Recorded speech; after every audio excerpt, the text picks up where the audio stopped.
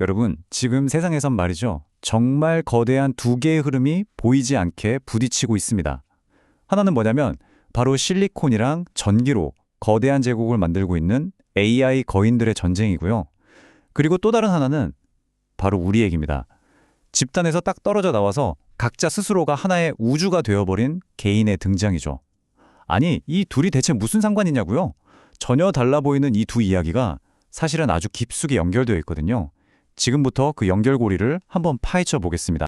자, 이 사진 좀 보세요. 이게 바로 xAI의 슈퍼컴퓨터 클러스터, 콜로서스라는 건데요. 예전처럼 돌로 지은 제국이 아니라 실리콘과 전기로 지어진 완전히 새로운 종류의 제국인 셈이죠. 그러니까 AI 혁명이라는 게 그냥 화면 속 코드 몇 줄이 아니라 이렇게 눈앞에 보이는 어마어마한 실체라는 겁니다. 그리고 이런 제국 건설의 한가운데 바로 일론 머스크 같은 인물들이 있는 거죠. 너무 오랫동안 AI를 부정하며 저항했다. 이제 게임 시작이다. 이 말 한마디가 뭘 의미하겠어요. AI 경쟁이 이제는 뭐 피할 수도 없고 모든 걸 걸어야 하는 게임이 됐다는 선언인 겁니다. 그야말로 속도와 규모의 전쟁이 시작된 거죠. 자, 그럼 첫 번째 이야기부터 시작해볼까요? AI 패권을 둘러싼 물리적인 싸움, 실리콘을 위한 전장입니다. 우리가 보통 AI 혁명하면 막연히 똑똑한 알고리즘 경쟁 뭐 이런 걸 떠올리잖아요. 근데 그 이전엔 이건 사실 자원 전쟁입니다. 더 많은 컴퓨팅 파워, 더 넓은 땅, 그리고 정말 상상을 초월하는 전력. 이걸 확보하기 위해서 거인들끼리 보이지 않는 총성 없는 전쟁을 벌이고 있는 거예요. 이 표를 보면 정말 흥미로운 지점이 보입니다.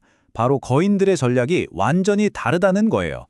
xAI 같은 경우는 데이터 센터부터 GPU까지 그냥 싹 다 직접 소유해서 완벽하게 통제하려고 합니다. 반면에 오픈AI는요, 마이크로소프트 같은 파트너랑 임대 계약을 맺어서 초기 비용은 확 줄이고 빠르게 몸집을 키우는 전략을 쓰죠. 하나는 소유, 다른 하나는 파트너십. 이 선택이 미래의 판도를 어떻게 바꿀지 정말 궁금해지네요. 그런데 이 모든 걸 움직이려면 엄청난 대가를 치러야 합니다. 바로 전력 문제죠. 자, 이 그래프를 한번 보세요. 왼쪽이 기존 컴퓨팅의 전력 소비 패턴인데 비교적 안정적이죠. 근데 오른쪽 AI의 패턴은 완전히 딴판입니다. 거대 모델을 한번 훈련시킬 때마다 순간적으로 전력을 미친 듯이 빨아들였다가 또 언제 그랬냐는 듯이 잠잠해져요. 극도로 변덕스럽고 예측이 안 되는 거죠. 이건 전력망 전체를 흔들 수 있는 엄청난 도전 과제입니다. 그래서 거인들이 해결책을 찾고 있습니다. 첫째는 테슬라의 메가팩 같은 거대한 배터리, 즉 BSS를 쓰는 거예요. 전력 수요가 폭발할 때 이걸로 흡수해주는 일종의 완충제 역할을 하는 거죠.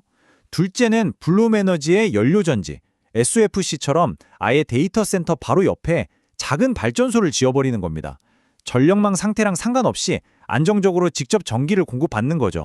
자, 이렇게 거인들이 실리콘으로 제국을 쌓아 올리는 동안 우리 개인에게는 과연 무슨 일이 일어나고 있었을까요? 이제 이야기의 방향을 180도 틀어보겠습니다. 두 번째 장입니다. 우리의 종말, 그리고 초개인, 즉 하이퍼 인디비주얼의 탄생에 대한 이야기입니다. 바로 핵개인이라는 개념인데요. 송길령 작가가 처음 제시했죠. 이게 뭐냐면 가족, 회사, 국가 같은 전통적인 집단에서 벗어나서 자기결정권을 최우선으로 생각하는 새로운 인류의 기원단이라는 뜻이에요. 더 이상 어딘가에 소속되는 게 아니라 나 자신이 그냥 하나의 단위가 되는 시대가 온 거죠. 이 변화는 우리의 정체성에서 바로 드러납니다. 예전에는 한국인의 삶처럼 국가가 내 정체성의 중심이었다면 이제는 서울로의 삶처럼 내가 사는 도시 그리고 나의 선택이 훨씬 더 중요해진 거죠. 국가에 대한 소속감은 점점 희미해지고 나 자신을 스스로 후원하는 자기 소속감의 시대가 열린 겁니다. 이건 정말 명확한 증거죠. 젊은 세대일수록 통일 같은 거대한 국가적 과제에는 점점 무관심해지고 국가나 민족 같은 이념 공동체를 불신하는 경향이 뚜렷해지고 있습니다. 집단의 목표보다는 내 개인의 삶이 훨씬 더 중요해진 거예요. 자, 드디어 세 번째 장입니다. 여기서 이 거대한 두 이야기가 만나는 지점을 확인하게 될 겁니다. AI가 바로 나를 만났을 때 개인에게 어떤 새로운 힘이 생겨나는지 말이죠. 그러니까 핵심은 바로 이겁니다. AI 기술 군비 경쟁과 우리 사회의 파편화가 그냥 따로따로 일어나는 현상이 아니라는 거예요. 오히려 하나가 다른 하나의 연료가 되어주고 있습니다. 거인들이 깔아놓은 이 거대한 인프라가 바로 우리 핵개인의 시대를 폭발적으로 가속시키는 엔진이 되고 있다는 거죠. 구글의 지니3가 정말 좋은 예시입니다. 이제는 그냥 텍스트 몇 줄 입력하는 것만으로 단 한 사람이 완전히 새로운 3D 인터랙티브 세계를 창조할 수 있게 됐어요.